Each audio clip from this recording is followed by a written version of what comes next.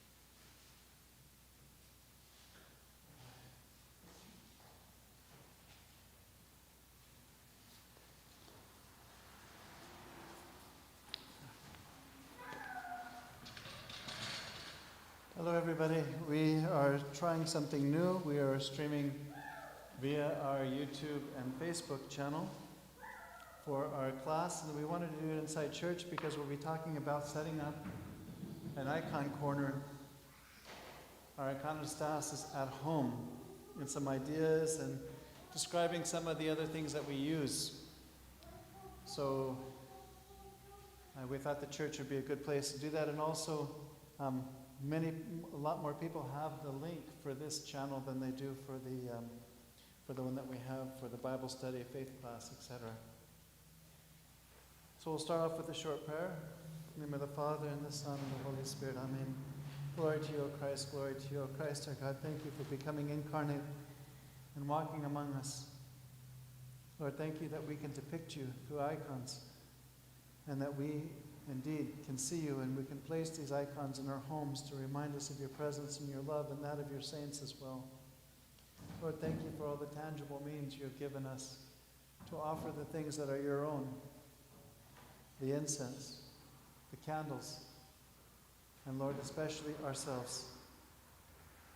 Enlighten, God, our minds, and my mind as well, as I try to share with the parish how to set up an iconostasis and some things that will be helpful for praying at home.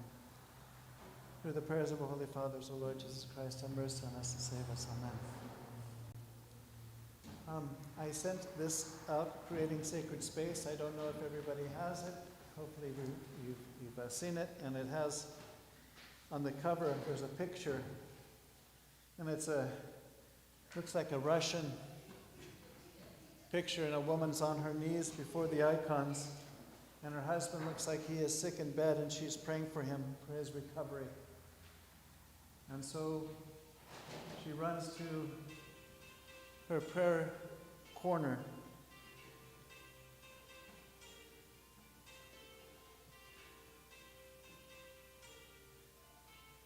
So she runs to her prayer corner and enlists the help of the saints.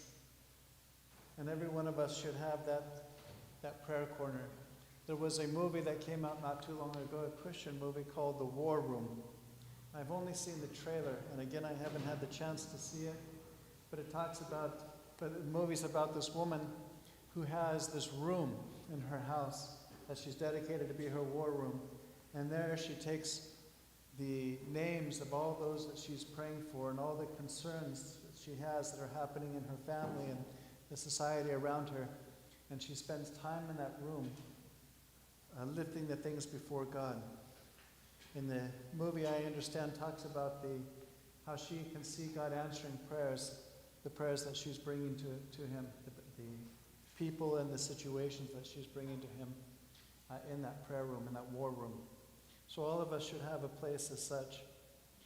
And this is one of I really like this chapter because the author breaks it down and makes it really simple. And I'm wondering if somebody is calling because the audio is not clear, or there's something else that we need to fix. But, huh? Mary wants to know how people get in. Maybe they don't know it's in the church. Oh, maybe they don't know that it's the church link. So tell her to go on YouTube. Oh, YouTube. Go on YouTube and search St. George Bakersfield. And she'll find it that way. Okay. So I was hoping I would have some people who would help me read here. What this book does is it covers some of the basics of the location, how choosing a space in our house for an icon stand, what to put on that icon stand, what icons we should start off with. It talks about the use of incense and the use of a votive light, a votive lamp if we want to get that, and having other things on that. And if you don't mind, I'll just read just a little bit beginning because it's very concise and very good. It's common practice in Orthodox homes to have a special place set aside for family prayer and devotion, a family altar or icon corner used for keeping safe and displaying sacred books and images. Setting up an icon corner is a crucial part of building your little church, just as our church buildings are elaborately adorned with images of Christ, His mother, and the saints. Our homes reproduce this in small scale with a family icon corner. It's interesting they use corner because most icon places I've seen in people's homes are not in the corner, but they're on a wall. But it's very common to use a corner as well because it just gives us more, makes it more three-dimensional. Put the icons this way and put the icons this way, and we kind of feel like we're surrounded by the saints. There are many ways you can do this to set up a family altar. This is a guideline here. And this is the author inserts advice that was sent to her from other Orthodox Christians, what's worked for them, and many of them are just our parents. And they talk about that. And for those of us who are converts from Protestantism and have grown up with an aversion to images of Christ and the saints, setting up the first icon corner can come with a mixture of fear and embarrassment. Caleb, who wrote this, is trying to say that if we set up icons in our house and we have friends who come over who perhaps are Protestants or evangelicals, and they come through that door and the first thing they see are the icons, is that going to be a stumbling block? Is that going to be something that we're going to feel we're going to have to hide at times? Or is it really best to put it in a prominent place where people will see it when they come in the house? Or should we choose a room where we can close the door when we have guests that it might offend? I remember the first time a family of Protestant friends came to our house and they saw our icon corner placed in a prominent location. It was incredibly uncomfortable, I guess, for them. The thing to remember is that everybody comes to Christ differently. Your experience of icons and praying with them will be different from that of most people you meet. Remember, you were once shy of images and maybe even hostile to those who loved and venerated icons. Don't let embarrassment stop you from setting up this small space or place in your parish life at home.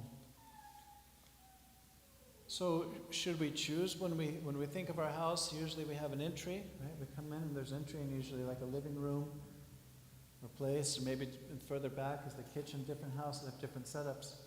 Should it be visible from the front door? Some people might think it might be best to put it in the bedroom. Others maybe will put it in the hallway. The best place to choose for the icon corner is where it's going to be most accessible to all the family. So the more accessible it is, the author talks about, is the more it's going to be easy for people to take recourse to it. So it should be a place where everybody in the family has quick access to it. It shouldn't be tucked away where we have to go into different rooms, and while we're in that room, others, who might want to pray, might feel like they're disturbing us, etc. It should be in a place that's very accessible in the house. In the Orthodox Church, we place most of our icon corners facing towards the east. And that's an ancient practice because that is pointing towards Jerusalem, the place where Christ laid down his life and yet was risen from the dead.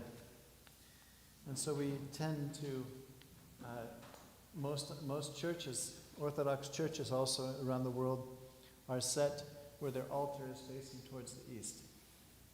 They didn't do it in this particular church because of the location of the lot that they were given. It would make it very difficult to have the church facing that way. It would have given us very little access up here. We would have had a very wide church, but very narrow front. So to get the most out of this lot, they turned it around a little bit. But most Orthodox churches are facing towards the east, and that's the commonplace in our own homes. On a prominent wall, the author says, in the central living area.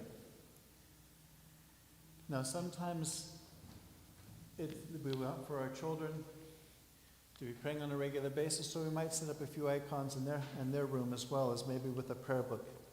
Maybe when we have guests or something in the evening, maybe a different schedule of prayer, because we might be on a different schedule than our children. Our children have quick access to their icon corner in their rooms.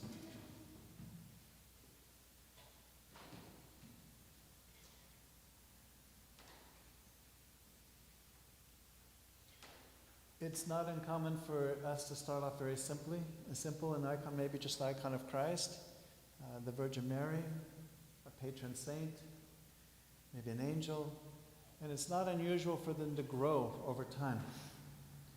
As we get to know the saints and we want to enlist them and their help in our lives, and so the iconostasis will grow. It's good to have on that icon stand a place for the scriptures, an Orthodox study Bible or something as such, a prayer book, maybe also the list of names that we are praying for of people. They should all be very accessible, ready and easy to get to. So there should be a little room for some materials as such. Maybe we are reading the Psalms, or maybe an akathist for a particular situation. Akathist is a small prayer usually for a particular reason. So there's akathist for children. There's an akathist for finding a spouse. There's an akathist for maybe for a particular passion that we or somebody that we love is struggling against. And so we take it upon ourselves to pray the akathist for ourselves or that person for that particular reason that it's written.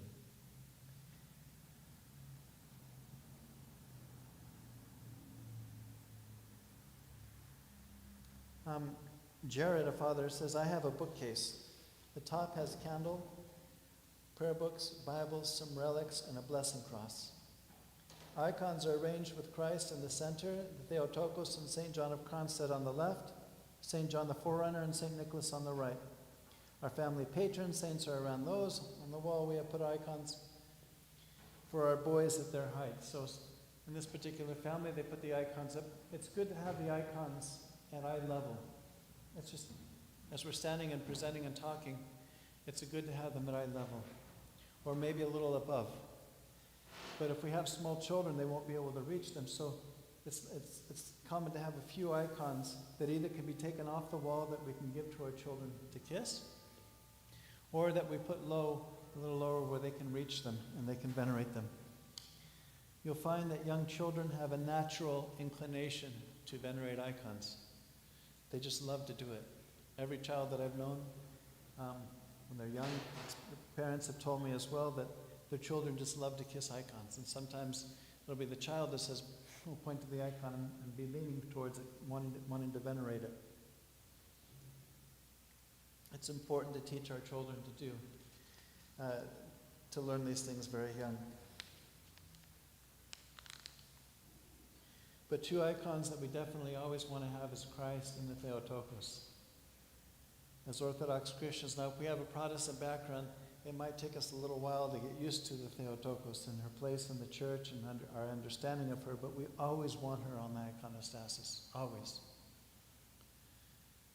Remember that the goal is for us to take that which has been handed down to us from our forefathers and to try to be faithful with that. As it's worked for the apostles, it worked for them, it'll work for us as well. And the Theotokos has a special place in the church. It reminds us that she's a member of the church, and she's the leader of the host of saints. It's always good to have her. I saw, if you do a Google for Iconostasis, and you'll see that there's been Orthodox Christians from all over the country, and maybe even the world, who have posted their Iconostasis, and you'll see a few of them don't even have an icon of the Theotokos. It's just icon of Christ and maybe some other saints around. And that's unbalanced. We need the Theotokos there as well. Okay. And so there was Paisios, St. Paisios, talks about a miracle with the Iconostasis. And he talks about, I'll read you the miracle that takes place. And what he's referring to, apparently when he was a child, along with his family, they had learned that the Iconostasis is the place to go when they are worried, when they're scared. That's where they go in and enlist help. It's almost like a child knowing where the phone is and how to dial 911. Our children should learn that the Iconostasis is indeed a place to go and get help, sure help, and whatever it is that they're facing, temptation, they're scared, they're worried, it's a good place to run to. Here's what he says. He says, miracles happen through the prayers of small children. Whatever they ask of God, he gives them, because they are guileless, and he hears their pure prayer. I remember one time our parents had gone out into the field and had left me in the house with my 2 younger siblings. The sky suddenly darkened and a torrential rainstorm began. What will our parents do now? We said. How will they get back home? The 2 little ones began crying. Come here, I told them. We will ask Christ to stop the rain. The 3 of us knelt down before the family's icons and prayed. In just a few minutes, the rain stopped. Now, in this case, as Orthodox Christians, we don't view the icons as something magical.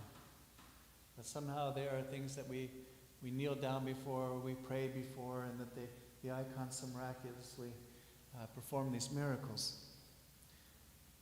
But they are windows to heaven. They are telephone lines to heaven. And thus when we come before an icon, it reminds us of who we are talking to. That they are present in a very real way amongst us and helps us to communicate with them. Pictures do speak 1,000 words, and they do connect us in a way to the person that we are speaking to. It was not uncommon, again, when someone who is working in prisons, the prisoners will often have a picture of their loved one. And as the prisoner guard is doing his round, going through, it's not uncommon for him to find prisoners talking to these pictures. Of course, they're not talking to the pictures, but rather they're trying to communicate to the person that picture depicts. That picture gives them a connection. And so it is the experience of the church.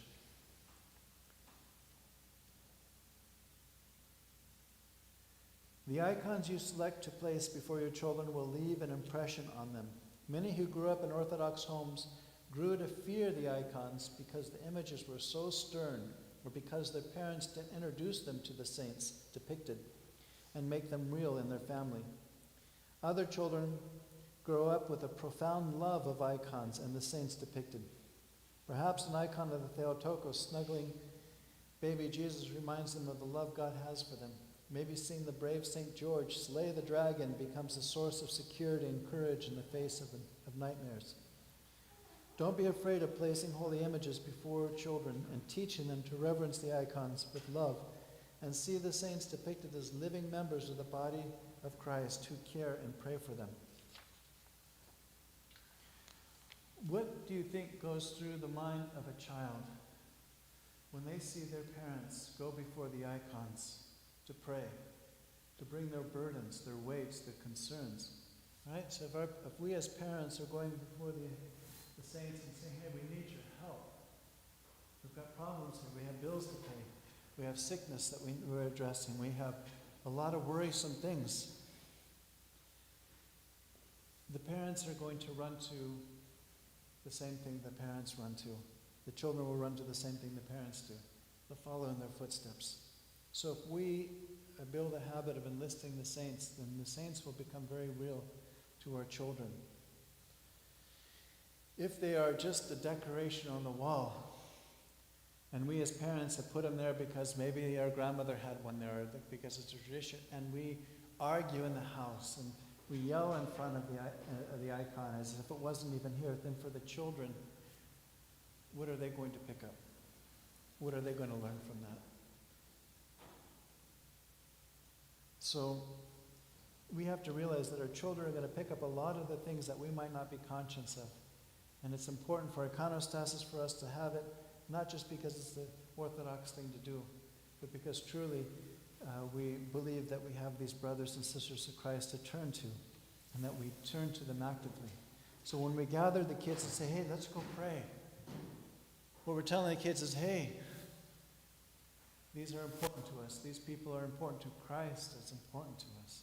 We can't live without him. It's often at a dinner table to have an icon of Christ or the Last Supper. And as before the family sits down to pray, they turn towards the icon and they ask for the blessing of the food, the blessing of the meal. And again, to remind the children that, hey, these people are present. We invite them to be here. We need their blessing. I haven't seen it in practice, but I have heard of pious families back in the old country of having an empty chair at the head of the table where they put an icon of Christ. And then the children coming to the table, the parents remind them, we left the place for Christ. He is here with us. And that then guiding the conversation. Along with the iconostasis that we set up, right? We might choose a shelf that we put on the wall. We might choose a table. Might choose a bookshelf that we're standing up, and we choose some of those shelves for the icons. If we can put it on the east wall, if it doesn't, we don't have an east wall, and that's okay. Use another wall. Use another wall, that's fine. But we should, when we set that up, again, it's best to have the icons if possible on eye level. Unless there's little kids, maybe it's more practical to have it on the shelf that's a little bit lower, because maybe we're going to have a vote of light or something that we need to reach.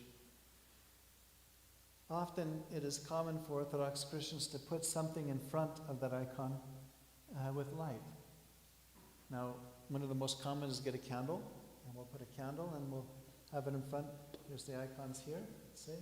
And so we'll put a candle in front with a candle, and we light it during our prayers. The candle is not a good idea for leaving there as a vigil light, because it burns down and then all kinds of things can happen with the candle. But during the time of prayer, it's really good. It creates its own atmosphere with the light shining on the icons. And reminds us that we are too, the candle reminds us that we are too to be vigilant like a candle is burning before Christ. Others will get an oil lamp, and that is a cup. I will show you one.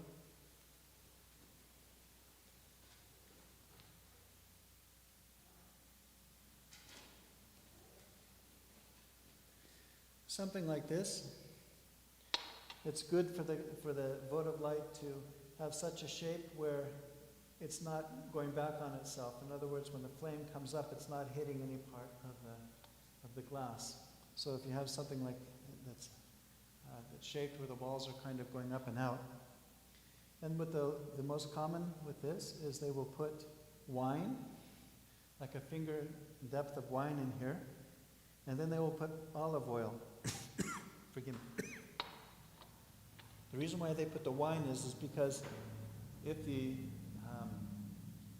wick burns down, it'll hit the wine and be put out.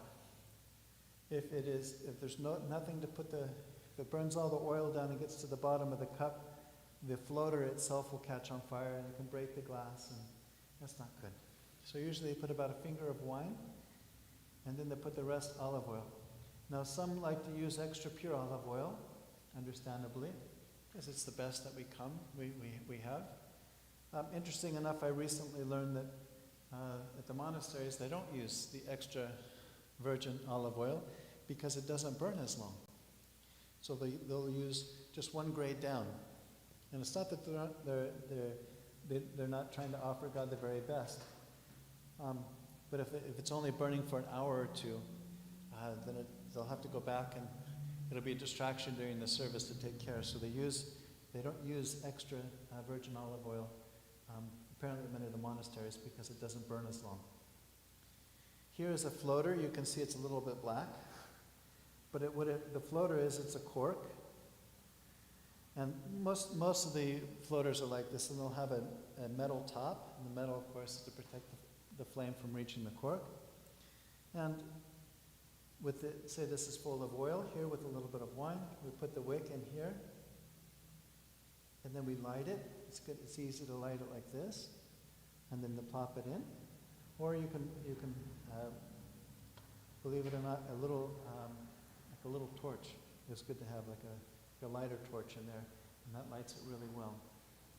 And you float that in, you put that in front of your icons, but you should have a place as such that the worst case scenario, should that fire somehow the glass break or there's an earthquake and it falls over, that you keep in mind all of those things, so you have an area that's safe if you're going to keep a votive light burning. Many will put it on a hanging chain. You've seen the hanging chain votive lights that we have in the church. And that gives a little bit of, those are really hard to knock off the wall if the house shakes or something like that. They go back and forth. But wherever underneath, we put like tile where we're going to have the iconostasis, or we'll put something underneath. Or maybe it's best not to have a votive light burning in a place of our house. It doesn't have to be on the iconostasis. Many people will go in their kitchen on their marble or granite countertops and set up a little separate iconostasis there. And that way, if anything happens, God forbid, it's all granite and it's going to be fine. So they'll choose a place to put the votive light. The votive light doesn't have to go necessarily on the iconostasis that you have in your house. Now, what does the votive light represent? It's a beautiful offering. Everything that we offer to God, whether it be the candle, whether it be the oil, whether it be these things, are things that God has produced himself. He is the one who produced the bees that make the wax. And so we are not giving him something of our own. We are giving that which already belongs to him. That's always the attitude of an Orthodox Christian, that anything we offer to Christ, it's his. The same thing with the oil. He is the one who produced the olives. He is the one who produced the wine. Everything that we offer him, Lord, your own of your own. And that's an important attitude always for us to have, that this is a humble act of love towards God, not some sacrificial great offering that we are making, as if we're going to make God happy by giving him these things from the sweat of our brow. That we should never think along those lines. Now this is a tea light, and many families will use a tea light at least for their votive lamps, which is fine. And the nice thing about a tea light is if it burns down, it goes out. And it's got this little container. We use these in the church quite often. And if one is left burning, we don't get it out after the service. We know that it's going to contain. We've never had a problem so much with the tea lights here. So we use those as well, and they're easy accessible. There's companies that make beeswax tea lights as well, a little more expensive. So those are the things to add some light, a candle or a votive light, and it really does help us to pray. That's why in the monasteries there's a lot of use of candles and the votive lights in front of the icons, because it helps us to focus. Saint Seraphim, as I mentioned before, Saint Seraphim of Sarov, said that it was a real help to him to pray, because when he was being distracted, like in church or someplace, he would focus on the votive light and help him to focus. You'll notice that children too have a fascination, a natural fascination with the light, and it brings again an atmosphere where they'll tend to stand still more. They'll tend to watch.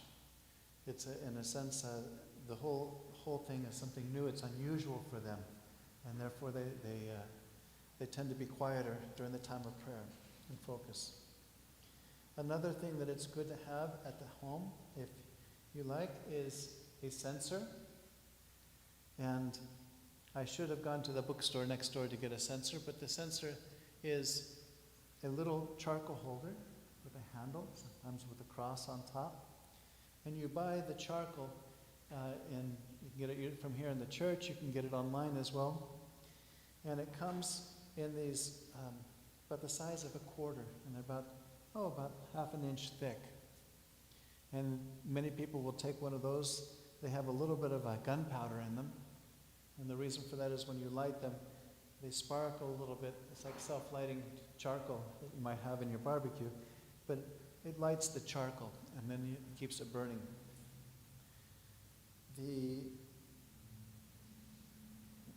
And then what the pious tradition is, you get the little holder. It's usually made of brass or tin or some other metal. And you put the charcoal in there, and you light the charcoal, and then you get incense. And the author talks about the incense here. The source of incense should always be from an orthodox source, a place that's made in prayer. Much of the incense out there is made in places of different faiths than Christianity. And it is not uncommon for those places to make that incense that they're making, whether it be from India, China, or those places, with their prayers. And it's not a good offering. It's not a good. The best is to find some Orthodox incense, and we don't necessarily put it right on top of the charcoal, but we'll put it to the side, so that it gets warmed by the charcoal, but not burned by the charcoal.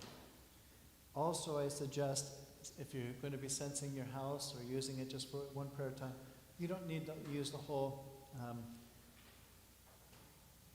I think it's called what is it called? Brisket? The whole, the carbon. No, you don't need to use the whole carbon or the whole charcoal as it comes out of the package. You can break just a little piece of it and use that in order to do a house. In fact, when we do the Divine Liturgy during the services,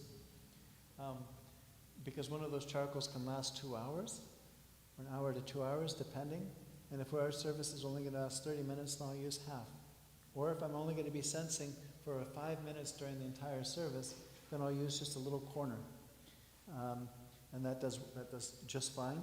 And that way that one charcoal will last us several services, not because I'm trying to be cheap, but because I'm trying to be prudent with what the supplies we have so they last longer. And you can do that at home as well. I always try to keep a good supply of things we're going to need here at the church, and I don't want to go through my charcoal supply too quickly. I want to make sure that we're always going to have some. And besides, if you put a whole charcoal there, then it just sits there burning when the service is done. And it might be burning there for an hour or whatever it may be. And sometimes it'll just keep smoking.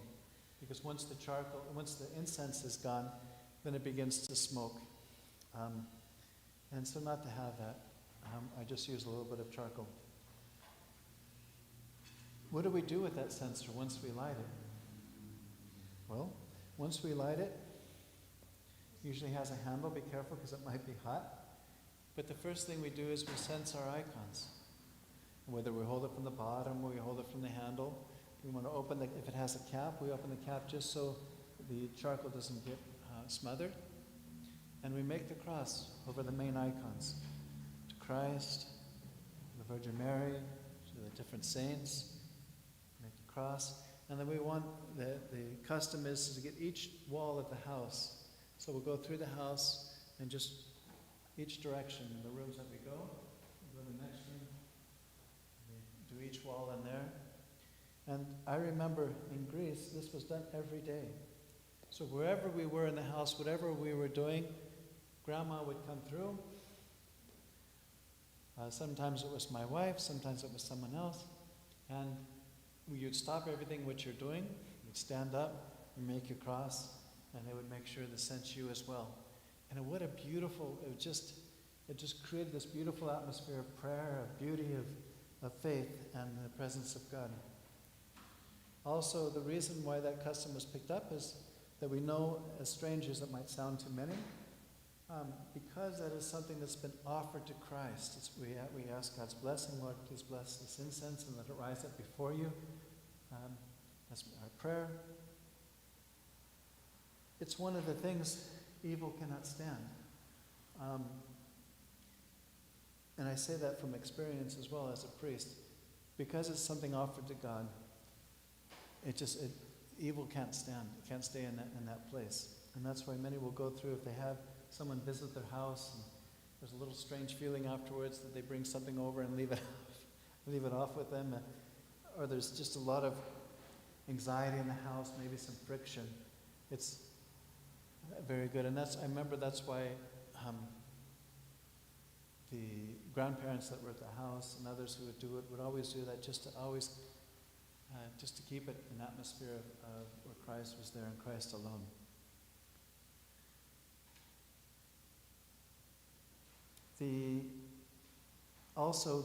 As a censer was used before the prayers, it doesn't need to be done through the morning and evening prayers, maybe once a day, or maybe we don't have that ability, maybe once a week when we do our prayers. Just to do that really as the incense is rising. The symbolism of the incense is from the book of Psalms, where, Lord, let my prayer rise before you as incense, and may it be a sweet fragrance unto you. And it's a symbol of prayer. And as we do use it in church, you'll see people bow, and they'll make their cross. And if you go to the old country again, you'll see people doing this with the incense. It's like, Lord, let the incense, my prayers go up with the incense. May they be into your sight. All of these things, especially when we're younger, when we get older, we get a little bit, we change, but especially for the younger, really all this symbolism and all this beauty really augments the experience that they have before. Be careful with the censer, because if you carry it over carpet and you trip and fall and a little piece goes on the carpet, it will burn a hole. So you want to be careful with that as well. And also allowing your small children, if they want to do it, you have to be careful where they go with it.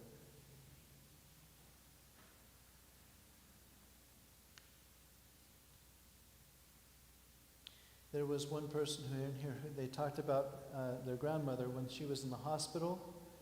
They would keep a candle lit in front of the icon of Saint Pantaleimon, who is the patron saint for healing. We turn to one of them. And when the candle burned out, I replaced it. And it kept burning for weeks before she came home. So you got a votive light. This person was said, this one I love is in the hospital. Hey, St. Pantaleimon, you got to help us here, please. And they would light a candle. And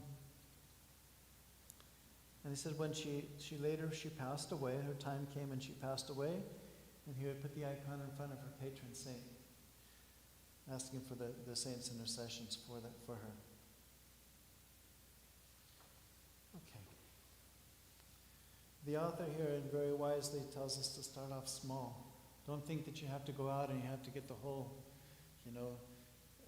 the experienced Orthodox Iconostasis kit. You got to have everything.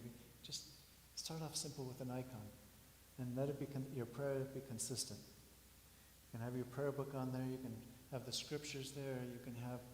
I've seen many families will have a reading stand, which is very helpful, especially when the children are tired, maybe in the morning or in the evening. In the evening prayers, and they'll put the prayer book there, and they'll have something to lean on as they pray. That's sometimes very helpful during that time. It's also a pious custom for us to have holy water and ditheron on our iconostasis. Again, this is like our little run-to place to get for the blessings and the strength. you'll probably have seen me many times handing out bags of dried enditheron. This is enditheron that we cut, and we give it to you, and you can take it home, and you can make it even smaller pieces, so put it in some kind of vessel and cover it, and because it's dry, it'll last almost, throughout the year. And then a little bottle of holy water, and it's a good custom every morning on an empty stomach before we start off the day to take the holy water and just take a little sip of it, take the enditheron, taking that, and then starting off our day that way. The first thing now remember with that enditheron coming from the church, it was blessed with the holy gifts, with the Eucharist. Enditheron is instead of the gift. So in a sense, it's like an icon of the Eucharist. And by partaking of it, remember that the connection. Holy water is always very powerful, a tremendous blessing. So, and when the bottle begins to get empty, we can add more water. As long as there's some holy water in there, we can add water all year, and it doesn't become less holy or diluted. It keeps the same sanctity, the same grace, we could say, that holy water in our holy water bottle. Some keep it in the refrigerator, which is fine. But we have that.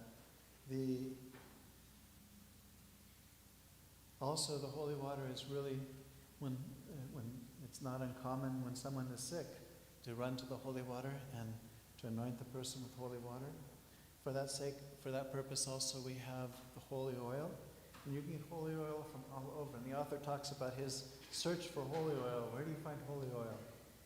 And the holy oil comes from different places. And the holy oil is a blessing.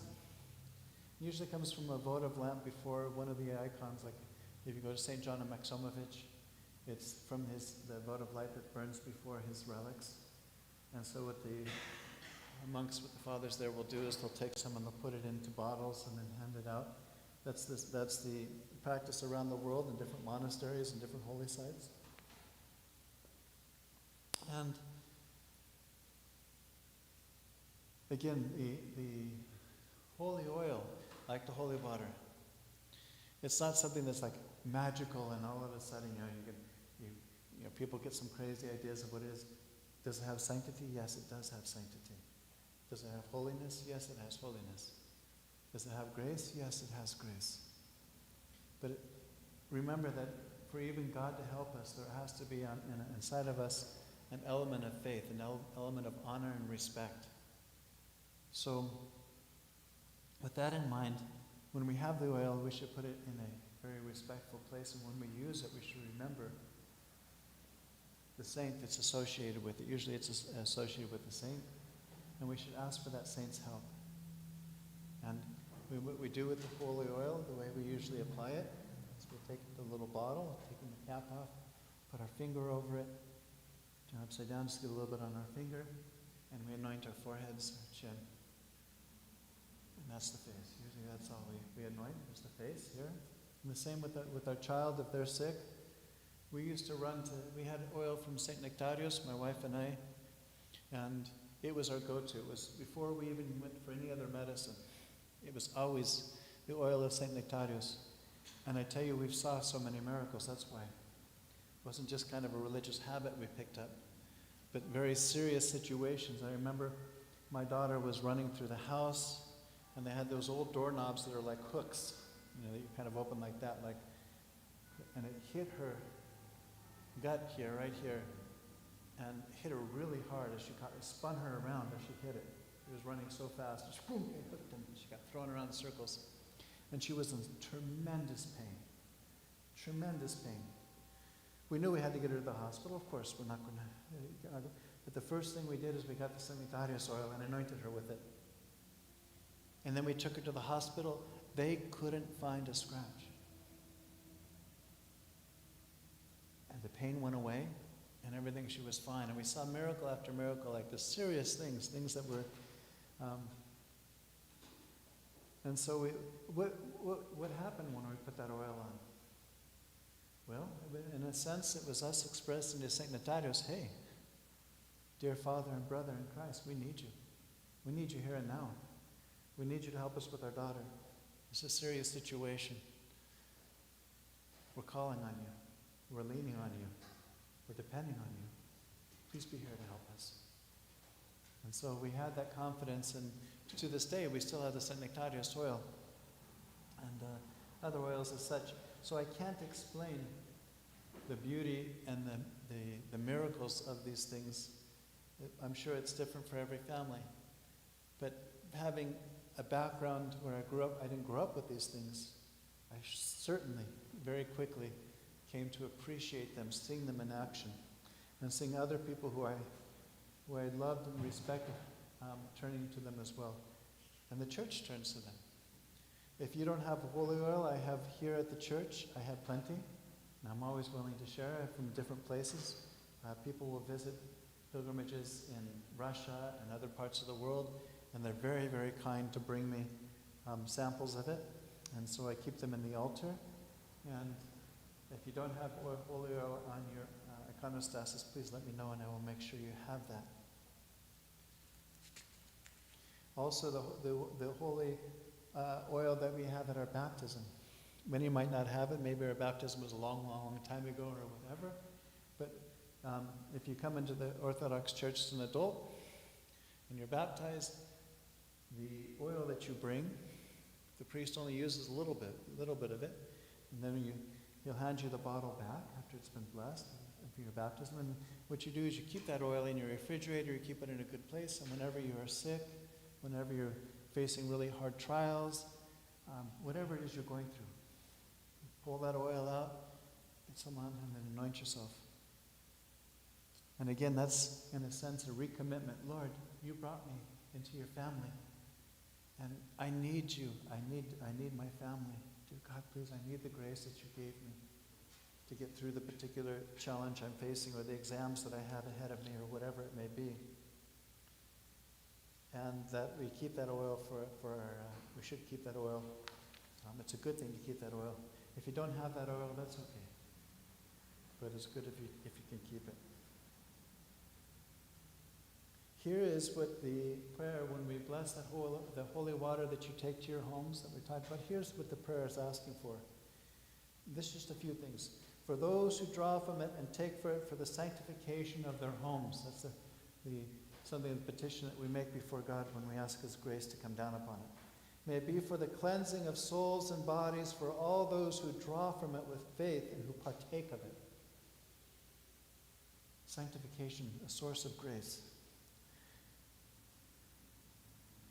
For the cleansing of souls and bodies, for healing of passions. What does that mean? That holy water is very useful when we are facing the passions.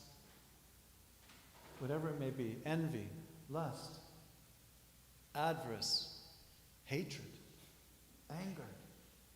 We're having a hard time letting something go. If we run for the holy water and anoint ourselves with it, or drink a little bit and ask God, Lord, please strengthen me so that I can face this particular temptation. That is why the church has held it for all of these years, all these centuries, because it has proven to be a great source that God has given us. And ultimately, what is holy water? It's that which we've offered to God. Lord, this is your water. You're the one who giver. We offer and ask for your blessing upon it. Lord, please come down as you came down upon the waters of baptism. Also, Lord, come down upon this holy water. Bless it. And Lord, wherever it goes, let your grace follow it. I can share with you also just a few things about holy water when it comes to power of darkness. And I can tell you that holy water is it's not like in the movies where you might see The Exorcist and the holy water and the crazy stuff you might have heard, except with holy water, it's not like the vampire movies where you have the stake and you get the cross and you pound it through the vampire's heart and he's going to, like it's some. But because it is something that's been offered up to the God of love, and something that God out of his love responds and blesses that water, wherever that water goes, the powers of darkness flee. The way that the monasteries will use holy water when they suspect that someone is possessed or is being tormented by demons. And the experience of the church is anyone who has dabbled in darkness and might be under satanic influence, they cannot stand holy water. They run from it. They flee from it, even in places where they don't know where it is. There was an experience of a priest who had holy water, and he had sanctified it. It was, I think, January 5th, in the first holy water. He had sanctified an area, as you think of the church. He had blessed certain parts of the church. And that very evening, someone who was possessed came. And they weren't just totally possessed. They would switch back and forth from whatever it was. But it was interesting because what the priest noticed is they couldn't go anywhere near the areas that had been blessed with holy water. It was as it was like a force was holding them back, and they wouldn't even get near it. Even though they couldn't have seen the holy water would have evaporated by that time. By the time they came in, and it wasn't like there was a wet spot and they were avoiding the wet. It was, and that's the experience of the church indeed. So that is why also we have our homes blessed when the priest comes and he takes the holy water and he sprinkles the walls of our house and our yard, etc. If there's anything in that house, trust me, it doesn't stay. I had a fellow priest of mine who was blessing a house. The family had called him because there had been something very obvious in the house, the creaking sounds and different kinds of sounds really was freaking the family out. And so the priest came to bless the house. And as he was blessing the house, it wasn't windy, there was no air movement at all. They heard the door open and slam shut.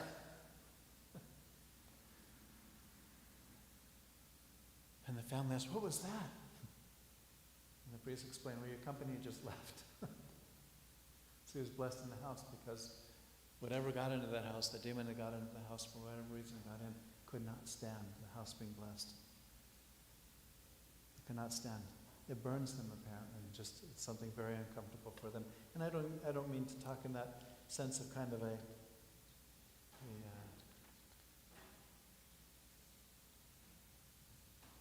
it's just the things that we have in the church, as simple and as they may seem, they're very powerful in our battle against evil.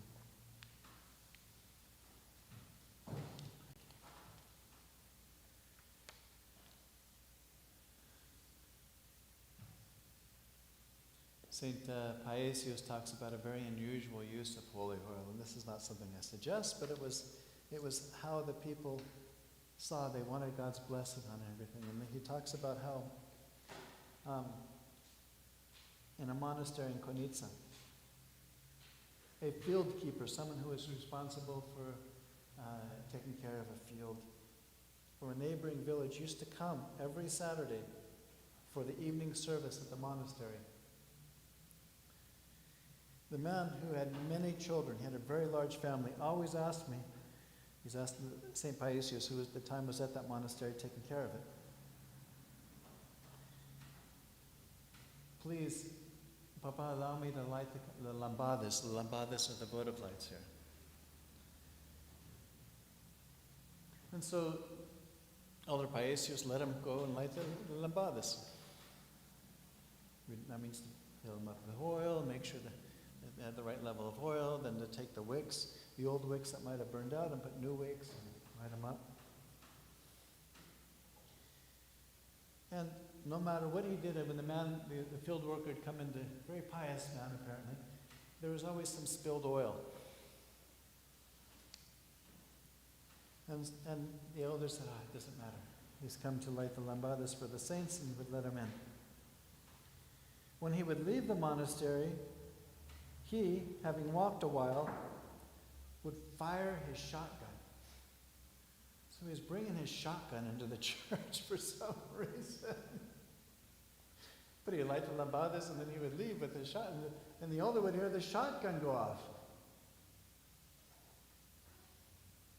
This always puzzled me, the elder said. And once I secretly followed him.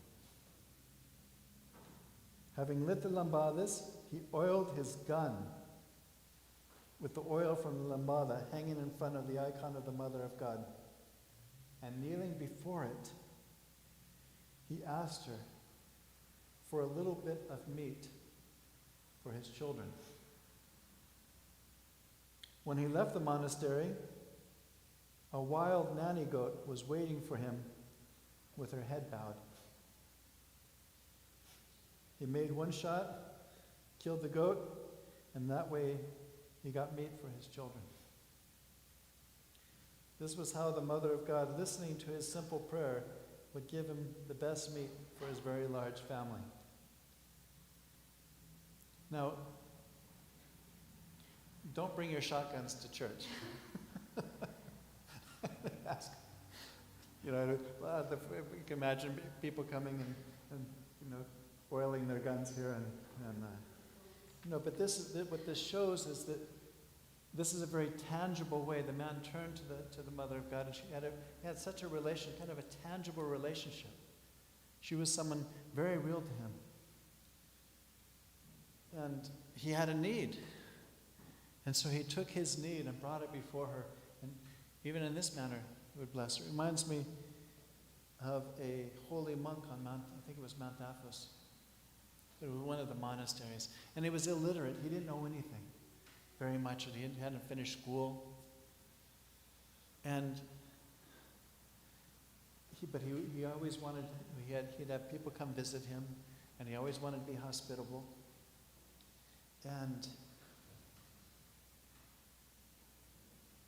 there is a celebration we have in the church which is called the Analepsy. And that's when the Lord is ascension, Holy Ascension. Now, Holy Ascension is an event. It's Christ. But he didn't know this. He just heard Holy Analepsy, Holy Ascension. And he always thought it was a saint. So one day, he has a guest coming. And he doesn't have anything to offer the guest. And he panics. So he runs to the window, looks up to the sky and says, Holy Analepsy, Holy Ascension, help me, I'm in trouble. I've got a guest coming. And the fish came flying through the window. He fried up the fish and had food for his guest. Now we might say, wait a minute, that's kind of great. I mean, there is no Holy Analepsy. Was that what God was looking at?